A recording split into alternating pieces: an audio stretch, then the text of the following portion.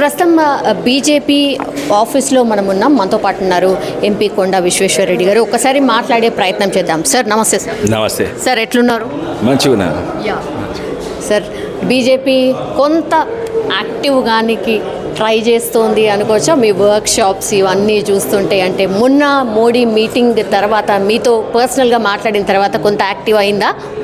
లేదండి, యాక్టివ్ అయితే అంటే దాని అర్థమైంది. యాక్టివ్ అంటే ఏదో వీన్ని తిట్టుడు వాన్ని తిట్టుడు లేకుంటే ప్రెస్లో వచ్చుడు, అదే యాక్టివ్ కాదు. నిజమైన పార్టీ యాక్టివ్ అంటే చిత్తశుద్ధితోటి మెంబర్షిప్ డ్రైవ్ చేయాలి. మెంబర్షిప్ డ్రైవ్ ఎవరు చేస్తున్నారు? మా ఒక్క పార్టీ. వాళ్ళు కొట్లాడుకుంటున్నారు, బురదల పడి పొడులుతున్నారు ఒకరినొకరు. టీఆర్ఎస్ బీఆర్ఎస్ కాంగ్రెస్ రోజు న్యూస్లు ఉంటున్నారు. అది యాక్టివిటీ కాదు మా ప్రకారంగా. మేము పార్టీ కొరకు మా ప్రాంతం కొరకు పనిచేసేది అది యాక్టివిటీ. ఆ యాక్టివిటీ మేము చేసినంట ఏ పార్టీ చేయదు. చూడండి ఎంతమంది, లక్షలాది మంది. అండ్ వాళ్ళ మెంబర్షిప్ అంటే ఏదో ఎల్ఐఎంఎల్ఏ ఈ రెడ్డి ఆ రెడ్డి అని పేర్లు కాదు. యాక్చువల్లీ మెంబర్షిప్ డ్రైవ్ వాళ్ళ ఫోన్ నెంబర్ తర్వాత అయినది. ఇప్పుడు 37 లక్షల మంది మెంబర్స్ అయినరు. అది నిజమైన యాక్టివిటీ. ఆ నిజమైన యాక్టివిటీ కేవలము బీజేపీ మాత్రమే చేస్తుంది. లేకుంటే వాళ్ళు కాంగ్రెస్ అయినా ఒక్క పని చేస్తలేరు. ఈయనేమో కలెక్టర్ తన్నిచ్చి ఢిల్లీ ఉడతాడు, ఆయనేమో ఈయనను బూతులు తిడతారు, ఆమెనేమో ఈమెను బూతులు తిడుతుంది. గది యాక్టివిటీ ప్రజలకు. ఎందుకంటే అదంతా మీడియాలో వస్తుంది. మేము చిత్తతో ఊరూరికి పోయి నువ్వు మెంబర్షిప్గా మా పార్టీ మంచిది, ఒక జాతీయవాదం ఉన్న పార్టీ, ఓ సిద్ధాంతం ఉన్న పార్టీ, అదే మెల్లమెల్ల చెప్తే న్యూస్లోనే రాదు. అయితే యాక్చువల్లీ అన్నిట్లో ఎక్కువ యాక్టివిటీ మా పార్టీలో అయింది. అండ్ మెంబర్షిప్ డ్రైవ్ దాదాపు పెండింగ్ వరకు వస్తుంది. దీని తర్వాత మా పార్టీ నేషనల్ ఎలక్షన్స్ వరకు ఉంటుంది. అంటే నేషనల్ ఎలక్షన్ అంటే నిజంగానే నేషనల్ ఎలక్షన్స్.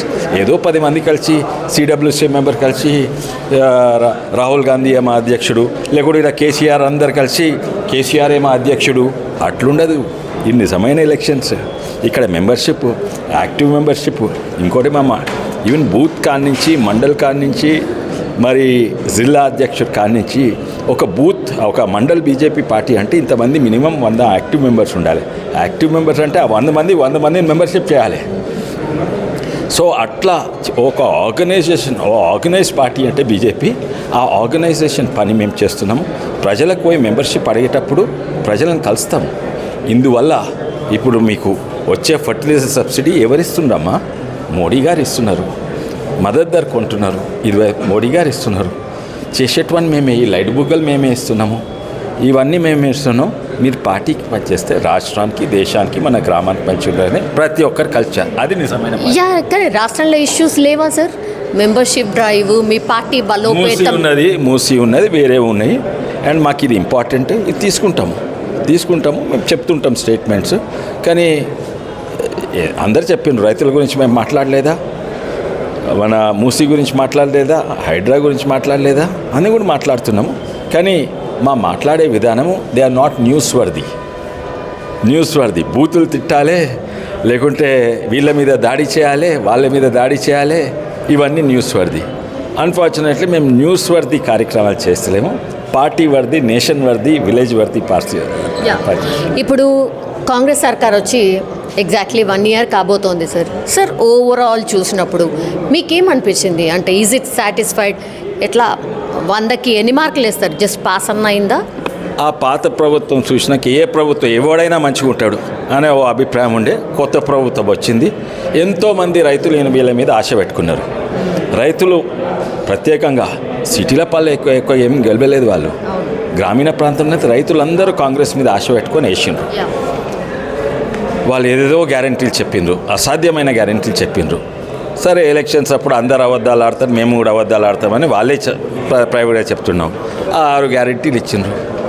ఆ 6 గ్యారంటీలు ఏవో అమలైనాయన. ఇప్పుడు రేపు ఎల్లుండో ఏదో రైతు సంబరాలంట, రైతు పండుగలంట చేసుకుంటారు. నడుస్తుందంట.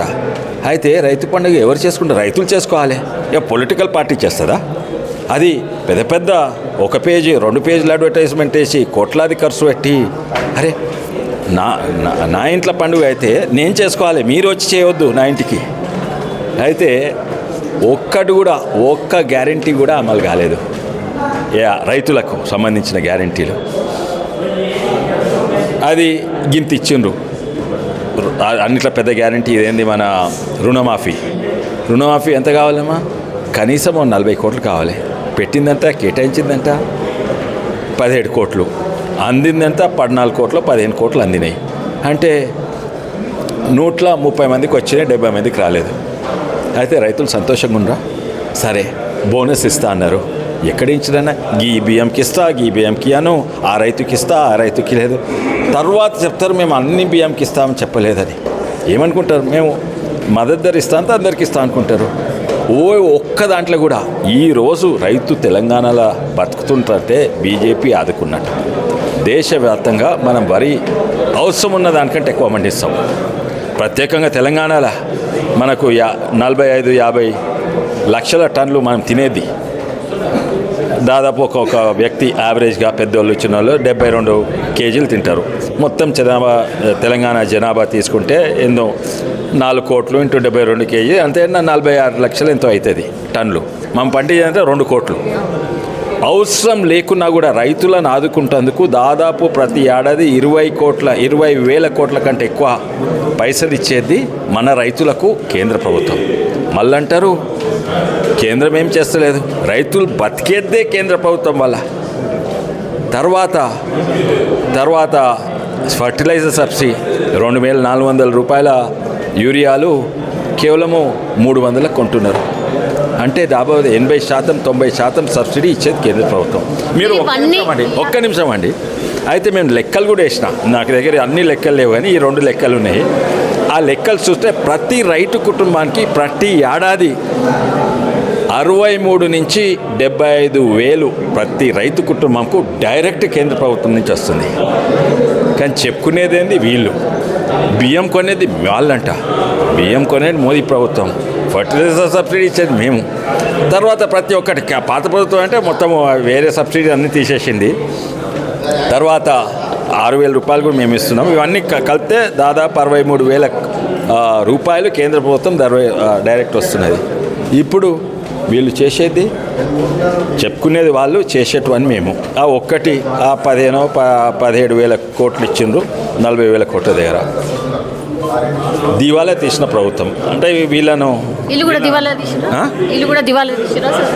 వీళ్ళు కాదు, పోయినోడు దివాలా తీసి వీళ్ళ చేతులు అంటగట్టిండు, చేతుల చిప్పబెట్టి పోయిండు. వీళ్ళు ఉన్న పైసలని ఈ ఫ్రీ బీజ్, ఆ పథకాలు, ఇవన్నీ ఆ గ్యారంటీలకు అవి కూడా సరిపోతలేవు. ఈరోజు ప్రతి ఒక్కటి ఈరోజు కరెంట్ నడుస్తున్నా కూడా కేంద్ర ప్రభుత్వమే. డిస్కామ్లు ఇవన్నిటికీ వాళ్ళే చెప్పిండ్రు 1,00,000 కోట్లు నష్టం చేసిపోయిండ్రు డిస్కామ్లు.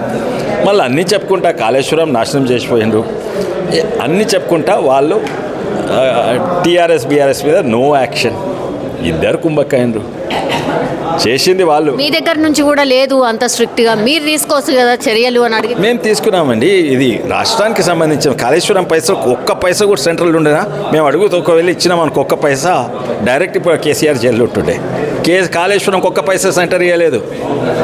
అయితే సెంటర్ పైసలు ఏమన్నా ఉంటే అప్పుడు చర్యలు ఎవరు తీసుకోవాలి? వీరు తీసుకుంటలేరు ఒక్కదాని మీద కూడా. అయితే అందరికీ ఇద్దరు ఒకటే రాష్ట్రము ఒక కొత్త ఫ్రెష్ ప్రభుత్వం చూస్తున్నది. మేమైతే మా పని చేసుకుంటూ పోతాం. వచ్చే ప్రభుత్వం బీజేపీ ఉంటుంది. వాళ్ళు సంబరాలు చేసుకుంటే చేసుకొని, కానీ రైతు సంబరాలు అనకండి, రైతు పండుగలు అనకండి. మేము ఏడాది నడిపించినాము, ఇంకా అట్లే ఉన్నాము, పడిపోకుండా అని సంబరాలు చేసుకొని. రైతు భరోసా ప్రామిస్ చేసింది సార్, ఇంతవరకు రైతు భరోసా ఇవ్వలేదు. అంటే లాస్ట్ టైం ఏదో ఒక్కసారి ఇచ్చినట్టున్నది, అది కూడా అందరికి ఇవ్వలేదు. నేను వాళ్ళని తప్పు పట్టామా? పాతోడు చిప్పబెట్టిపోయిండు, అప్పుల పాలు చేసిపోయిండు. వీళ్ళు ఒకటే తప్పు ఏంటంటే ఎలక్షన్ కొరకు గిదిస్తా అని చెప్పిండ్రు, చేయలేకపోతుండ్రు. నిన్న తుమ్మల గారు మాట్లాడుతూ బోనసే ఎక్స్పెక్ట్ చేస్తున్నారు రైతులు, ఒకవేళ రైతు భరోసా ఇవ్వకపోయినా ఏం కాదు అన్నట్టుగా మాట్లాడిండు సార్. మీ ఒపీనియన్? 10 మంది సెక్యూరిటీలు పెట్టుకొని మీ మైక్లలో చెప్పిండు, కానీ ఓకే ఊరికి పోయి చెప్పవాలండి, ఆ దమ్ముందాలి. రైతులు అయితే ఎక్స్పెక్ట్ చేస్తున్నారు సార్ నిజంగానే. అంటే లాస్ట్ టైం కంటే ఎక్కువ ఇస్తామన్నాం కాబట్టి రైతులు ఎలక్ట్ చేశారు. అసాధ్యము. ఎలక్షన్స్ కొరకు సాధారణంగా నేను నేషనల్ పాలిటిక్స్ నేను కూడా ఎంతోమంది కాంగ్రెస్ సీనియర్ నాయకులు తెలుసు. ఇప్పటి వరకు చరిత్ర ఎలా ఎలక్షన్ మేనిఫెస్టో రాస్తే కాంగ్రెస్లో కూడా కొంతమంది మేధావులు ఉన్నారు, ప్రొఫెసర్స్ ఉన్నారు, ఎకానమీ మీద, అగ్రికల్చర్ మీద, హెల్త్ కేర్ మీద. వాళ్ళు ఏం రాస్తారు? మన మేనిఫెస్టో రాస్తారు. ఈసారి అందరు పక్కకు పెట్టి వాళ్ళ ఎలక్షన్ అదే కన్సల్టెంట్ ఉంటారు కదా, ఆ ఎలక్షన్ స్ట్రాటజిస్ట్ వాళ్ళకు మేనిఫెస్టో రాసి ఆ గారి గ్యారంటీ గివి చెప్తే గిని ఓట్లు వస్తాయి, గివి చెప్తే గా ఓట్లు వస్తాయి, గివి చెప్తే రైతుల ఓట్లు వస్తాయి. ఫస్ట్ టైం భారతదేశంలోనే అనుకుంటా ఎలక్షన్ మేనిఫెస్టో రాసింది కాంట్రాక్ట్ ఎలక్షన్ స్ట్రాటజిస్ట్. హైడ్రా ఎందుకని కామైంది అనుకుంటున్నారు సార్? హైడ్రా ఇప్పుడు తెలిసింది, బ్యాక్లాష్ వచ్చేసింది, వాళ్ళకి తెలిసిపోయింది, ప్రజలు వ్యతిరేకిస్తున్నారు. మొదలు అందరు శభాష్ అన్నారు, నేను కూడా శభాష్ అన్న మొదలు. తర్వాత వాళ్ళ విధానము చూస్తే తెలిసిపోయింది. వస్తాం. ఇప్పుడు టోటల్గా ఓవరాల్గా ఎట్లుంది సార్? అంటే సర్కార్ బాగానే ఉందా, మంచిగా ఉందా? కాంగ్రెస్ సర్కార్ ఎట్లుంది? పైసలు లేవు పాపం, ఏం చేస్తాము? అబద్ధాలు చెప్పిండ్రు. ఇప్పుడు ప్రజలను ఎదిరియాలి, వాళ్ళ పండుగలు వీళ్ళు చేసుకోవాలి. ఇవన్నీ అయితే ఇక వాళ్ళకు చాలా సమస్యలు ఉన్నాయి కాంగ్రెస్కు, ఇంటర్నల్ ఎక్స్టర్నల్, ముఖ్యంగా ఆర్థికంగా చాలా సమస్యలు ఉన్నాయి. ఇంకా ముందుకు ఎట్లా పోతారో నాకు తెలియదు. Thank you so much. మనతో పాటు ఉన్నారు ఆర్మూర్ బీజేపీ ఎమ్మెల్యే పైడి రాకేష్ రెడ్డి గారు. సార్ నమస్తే సార్, ఎట్లున్నారు? చాలా బాగున్నాను. దేశం ఎట్లున్నదో మేము ఎట్లున్నాం. దేశంని అభివృద్ధి పదంలో ఎట్లయితే నరేంద్ర మోడీ గారు తీసుకెళ్తున్నారో ఆ రకంగా గర్వకారణంగా ఉన్నాం ఈ దేశంలో ఉండదు. ఓకే, వర్క్షాప్ ఏదో నడుస్తున్నట్టుంది సార్, ఏం డిసిషన్ తీసుకున్నారు? ఎట్లా పార్టీ ఇంకో బలోపేతం చేయడానికా ఎట్లా? అంటే ఏ రకంగా అయితే ఇప్పుడు 4-5-6 నెలల క్రితము పార్లమెంట్ ఎన్నికల తర్వాత 8-8 అంటే ఎవరైతే ఫామ్ హౌస్లో పడుకున్న ప్రతిపక్ష నాయకుడు పార్టీ జీరోకి వెళ్ళిపోయిందో ఎప్పటికీ జీరోగానే ఎలా ఉంచాలనేది వర్క్షాప్ ఉద్దేశం. ఓ వావ్, సో ఆ దిశగానే అంటే బీఆర్ఎస్ని పూర్తిగా లేకుండా చేయడం అదేనా మీ టార్గెట్? మేం చేయలేదండి, తెలంగాణ ప్రజలు చేశారు. ఫామ్ హౌస్లో పడుకున్న ప్రతిపక్ష నాయకుడు ప్రజల పట్ల కనీస స్పందన లేకుండా, ఎటువంటి ఉద్యమం లేకుండా ఆ మత్తులోకి వెళ్ళి బయటికి రావట్లేదు. కాబట్టి తెలంగాణ ప్రజలు ఆ బాధ్యత మా మీద పెట్టారు. 36% ఓట్లు ఇచ్చారు, 8 పార్లమెంట్ సీట్లు ఇచ్చారు, 6 సీట్ల సెకండ్ ప్లేస్ మేము. ఈరోజు తెలంగాణ రాష్ట్రము, తెలంగాణ ప్రజలు, పైనున్న అమరవీరుల ఆత్మలు ఎదురు చూస్తున్నాయి. భారతీయ జనతా పార్టీ ఎప్పుడు అధికారంలోకి వస్తుంది, గోల్కొండ మీద కాషాయ జెండా ఎట్లా ఎగరేస్తామని. ఓకే, కాంగ్రెస్ పార్టీ ఏదైనా డిసిషన్ తీసుకోగానే వాళ్ళు ఏమైనా తప్పులు చేయంగానే ముందు బీఆర్ఎస్ఏ ఉంటుంది కదా, అంటే కేటీఆర్, ఇప్పుడు కవిత, లేదంటే హరీష్ రావు వాళ్ళే ఉంటున్నారు, బీజేపీ ఎక్కడ కనబడతలేదు అంటే మీ ఆన్సర్? మళ్ళీ ప్రతి చోట ఉద్యమాలు మేమే చేసినాం. మూసీ కావచ్చు, నిన్న లడ్చర్ల కావచ్చు, మా ఈటెల రాజేంద్ర అన్న, ఆ డీకే అరుణక్క, వీళ్ళు ముందెళ్ళి గిరిగీసి పోరాడారు. కాబట్టి ఈరోజు అన్నమూల రేవంత్ రెడ్డి వణికిపోయి ఆ ఆర్డర్ని వెనుక తీసుకున్నాడు. ఆ రైతుల పక్షాన నిలిచింది మేము, గెలిచింది మేము. అదే కాదు, మూసి బాధితుల తరపున ప్రతి చోట కొట్లాడిన మేము, దీక్షలు చేసిన మేము, హైడ్రా తరపున బాధితుల తరపున కొట్లాడింది మేము. ఎక్కడున్నాడు ప్రతిపక్ష నాయకుడు? కాబట్టి ఇవన్నీ మాటలు అన్నీ ఏదో మీడియాని కవరేజ్ చేసి, మీడియాని మేనేజ్ చేసి 10 ఛానళ్ళు పెట్టుకొని, యూట్యూబ్ ఛానళ్ళు పెట్టుకొని ఈ రకంగా ప్రవణం కాదు. ఈరోజు తెలంగాణ ప్రజల తరపున నిజమైన ప్రతిపక్షంగా కొట్లాడేది మేము, నిలబడేది మేము. సంవత్సరం అయింది సార్ కాంగ్రెస్ పార్టీ అధికారంలోకి వచ్చి, వాళ్ళు పండగ చేసుకుంటున్నారు, విజయోత్సవాలు చేసుకుంటున్నారు. మీరు ఎట్లుంది అంటే సంవత్సరం పాటు కాంగ్రెస్ పార్టీ పాలన ఎట్లుంది? అంటే ఇప్పుడు మీరు చెప్పండి, విలేకరులుగా మహాలక్ష్మి స్కీమ్ ఇచ్చారా? రైతు రుణమాఫీ మొత్తం ఎటువంటి షరతులు లేకుండా చేశారా? 70 లక్షల మంది రైతులకు రుణమాఫీ చేస్తామన్నారు. రెండోది 2,50,000 ఉద్యోగాలు భర్తీ చేస్తామన్నారు మెగా డిఎస్ఎస్. ఇప్పటి వరకు 50,000 ఉద్యోగాలు చేశారు. ముఖ్యంగా మహాలక్ష్మి కావచ్చు, రైతు భరోసా మొత్తానికి ఎగ్గొట్టేశారు. ఇవన్నీ మోసపూరిత వాగ్దానాలు, మోసపూరిత చర్యలు. ఒకటి కాదు చెప్పుకోవాలంటే, విదేశీ చదువులకు విద్యార్థులకు 5 లక్షలు కావచ్చు. ఈరోజు ఆ పరిపాలన కుంటుపడ్డది. మొత్తం రాష్ట్ర రెవెన్యూ రోడ్డు మీదకి వచ్చింది. ఎక్కడ కూడా ఏదైతే హైదరాబాద్ ఈరోజు భారతదేశంలోనే ఒక నెంబర్ 1 స్టేట్గా ఎలిగేటప్పుడు రియల్ ఎస్టేట్ కుదేలి చేసినారు, బ్లాక్మెయిల్ చేసుకుంటా. ముఖ్యంగా జిఎస్టీ వసూలు పడిపోయినాయి, రిజిస్ట్రేషన్ వసూలు పడిపోయినాయి, రాష్ట్ర ఆదాయం పడిపోయింది. రోజు అప్పు వేయండి, బాండ్లు అమ్ముకొని బతుకు ఈ రేవంత్ రెడ్డి సర్కార్ది. కాబట్టి ఈ ప్రభుత్వం అన్ని రంగాలలో విఫలమైంది. మోసపూరిత వాగ్దానాలతోనే, డైవర్షన్ చేసే రాజకీయ పాలిటిక్స్తోనే ముందుకు నెట్టుకొస్తున్నారు. ప్రజలు అర్థం చేసుకుంటున్నారు. ఆ మోసపూరిత వాగ్దానాలు, పోలీసుల మధ్యన ఈ ఏమంటారు సంవత్సరోత్సవాల ఇవి అట్లా ప్రజలు ఎవరు గారు ప్రజల మధ్యన ఒక్క విజయం చేసుకోమని ప్రజలు ఏ రకంగా వెనకబడతారో. అవునా, బాలేదా? ఎట్లుంది మీ నియోజకవర్గాల్లో? ఏం మాట్లాడుకుంటున్నారు కాంగ్రెస్ గురించి? ఎట్లుంది అంటే ఇప్పుడు ఎలక్షన్స్ పెడితే భారతీయ జనతా పార్టీ అధికారంలోకి వస్తుందని బరాబర్. బరాబర్ ఇప్పుడే ఎలక్షన్లు పెట్టమను. ఇప్పుడు 2 నెలలు ఇప్పుడు స్థానిక సంస్థల ఎన్నికలు ఉన్నాయి సార్. స్థానిక సంస్థలు ఏందండి, స్థానిక సంస్థలు చల్తే రైతా పార్టీని ఈ రాష్ట్రాన్ని దిశానిర్దేశం చేసేది, దేశాన్ని ముందుకు తీసుకెళ్లేది భారతీయ జనతా పార్టీ. స్థానిక సంస్థలలో కొద్ది రకరకాల అప్లికేషన్స్ ఉంటాయి. కులాల మీద ఉంటుంది, బంధుత్వం మీద ఆధారపడి ఉంటుంది, ఆ వీధుల మీద ఆధారపడి ఉంటుంది, ఆ గ్రామాల మీద ఆధారపడి ఉంటుంది. మొత్తానికి దాన్ని కూడా గౌరవప్రదమైన స్కోరే తెచ్చుకుంటాం. బీజేపీ పార్టీలో లీడర్స్ మధ్య సమన్వయం లేదు, ఒక్కొక్కరికంటే ఒక్కొక్కరికి పడదు అనేది బాగా పెద్ద ఎత్తున చర్చ నడుస్తుంది సార్. అంటే ఒకరికంటే ఎవరు చెప్పారు?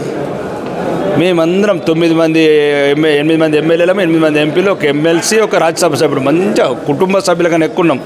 మేము మొన్న ఢిల్లీకి వెళ్తే ఒక్కరిని వదిలి ఒకరు లేము. మేము అంత ప్రేమ అభిమానాలు ఏ పార్టీలో లేని అభిమానం ఉంటుంది. ఎందుకంటే ధర్మం మీద, దేశం మీద, భారతం మీద, మాత మీద ప్రేమతో నచ్చిన పార్టీ మేము కూడా రాజకీయ నాయకులుగా.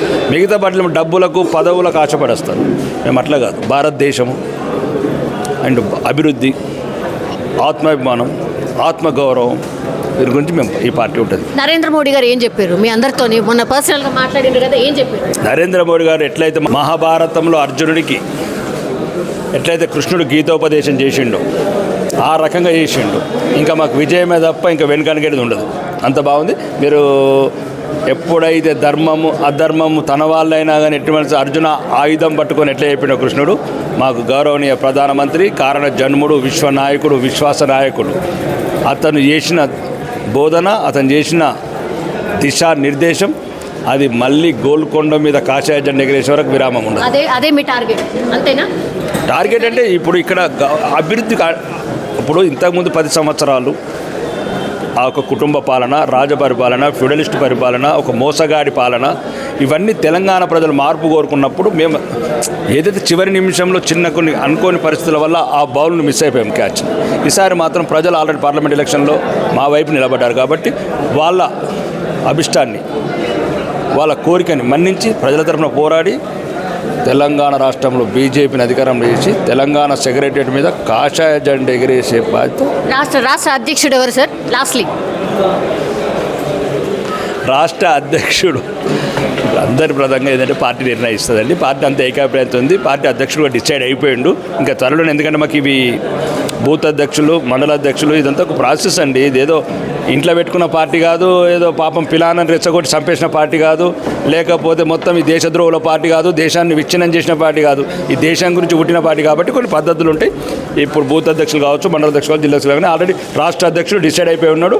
ఇవన్నీ కంప్లీట్గానే డైరెక్ట్ మ్యాక్సిమం మేము ఈ మంత్ లాస్ట్ వరకు మండల అధ్యక్షులు అయిపోతాయి. బూత్ అధ్యక్షులు, మండల అధ్యక్షులు, జిల్లా అధ్యక్షులు కాగానే సంక్రాంతి ఏదో పీడ దినాలు అంటారు.